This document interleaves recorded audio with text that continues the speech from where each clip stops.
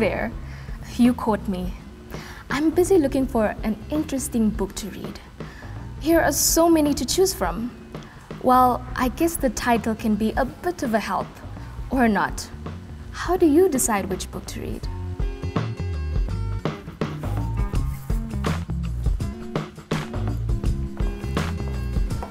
Well, I like to read books recommended by friends. I stick to my favorite author. Whatever he writes, I read. That's simple. If the title grabs my attention, I'll give it a try. Well, for me, I have to find out what the book is all about before I would read it. And I normally check that out on the back of the book.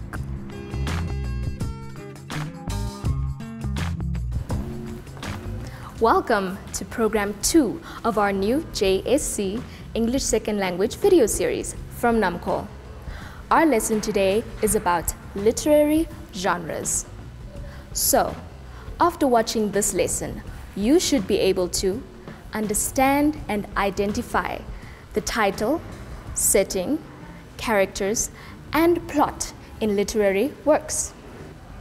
It is important to consider the title, setting, characters, plot, themes, style, tone, mood, and register when studying or analyzing a literary work. In this program, we will introduce students to the title, setting, characters, and plot. On the surface, a book tells a story. However, on further analysis, one reaches a deeper understanding and appreciation. As you read, you gain something personal and subjective from that reading experience. Let us go back to Ms. Amakali's class to learn more about literature. Enjoy the program with us.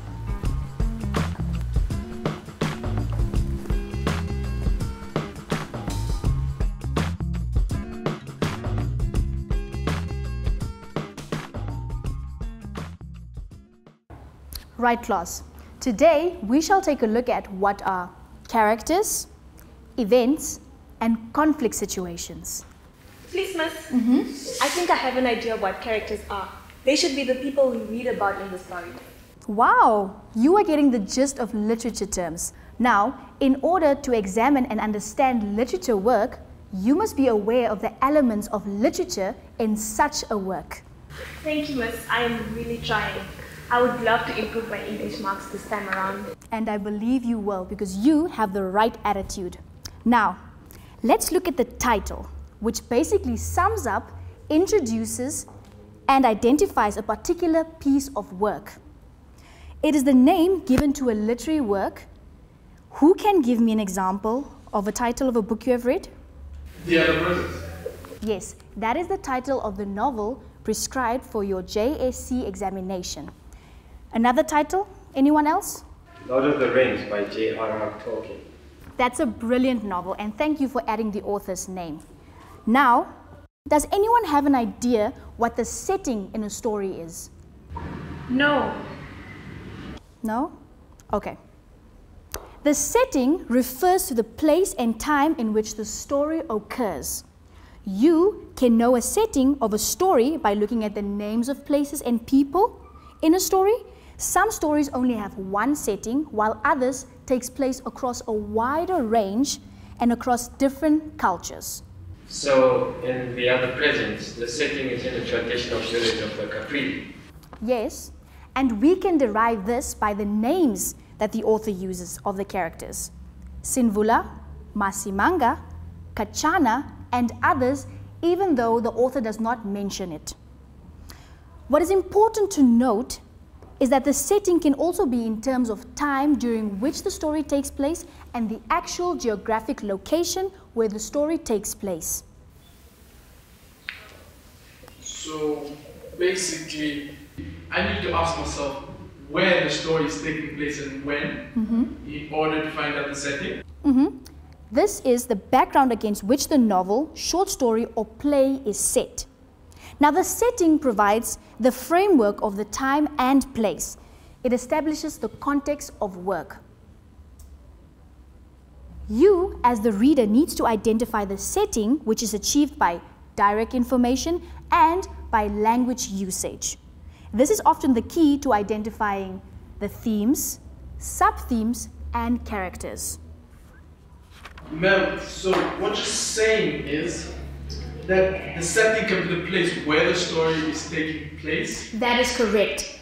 And also the time period when it took place? That's correct. Shall we move on to the characters before we look at the themes and sub-themes? Okay, so the characters are studied and analyzed for their physical appearance, personalities, and actions. Ma'am, isn't the character the person that the story is about? Yes, the characters can be people, animals, or things. Now, the story is usually built around the experiences of the characters in order for you to know and understand the characters as a result of what the writer says about them or what other characters say and think about them. Also, from what they say and think about themselves and their actions and reactions to certain situations and other characters. Now, these aspects allow you to visualize the character and make them credible and real. What do you mean by visualize the characters, Miss? You create an image or picture in your mind of what the character looks like. Bold, strong, hard-working man enters the room. The main character is called the protagonist, and the character in conflict with the main character is referred to as the antagonist, and all the other characters are called supporting characters. What do you mean the character in conflict with the main character? Conflict means to be in disagreement. Meaning, in the novel We Are the Prisons, the main character is Elder Sinvola, the protagonist. Yes, very good. So, who do you think is the antagonist? Okay, you said that the antagonist is the person in conflict with the protagonist. Then that means that the villagers who accuse Elder Sinvola of witchcraft are the antagonists? Right. I must say I am very impressed with you all thus far. Note, a story does not only need to have one antagonist. It can have more than one antagonist, just like John said. And lastly, characters cannot be studied in isolation on their own. They have to be seen in context against the backdrop of their settings and the other characters. Who knows what the plot of a story is? Okay, the plot or a storyline tells what happens in a novel or short story from the beginning till the end. So the plot consists of various elements, namely the introduction, which is the background of the story, setting and characters, rising action. These are the events that lead up to the turning point of the story, the climax, which is the turning point in the story, and lastly, the conclusion. This can also be seen as the resolution. Basically, all events come together in the conclusion or resolution of the plot. So, basically, the plot is the story from the beginning to the end? Yes. The plot consists of a brief summary of the introduction, followed by the events that lead to the turning point of the story, rising action, and when it reaches the turning point, the climax, it can then conclude where all events come together. So after watching a movie and you liked it, how would you tell the storyline to a friend? I would start with the introduction, followed by the rising action, then the climax, and end with the conclusion. Same goes for when I share a plot of a story in a novel, novella, or short story. Perfect. I think you all understand the plot, right? Yep.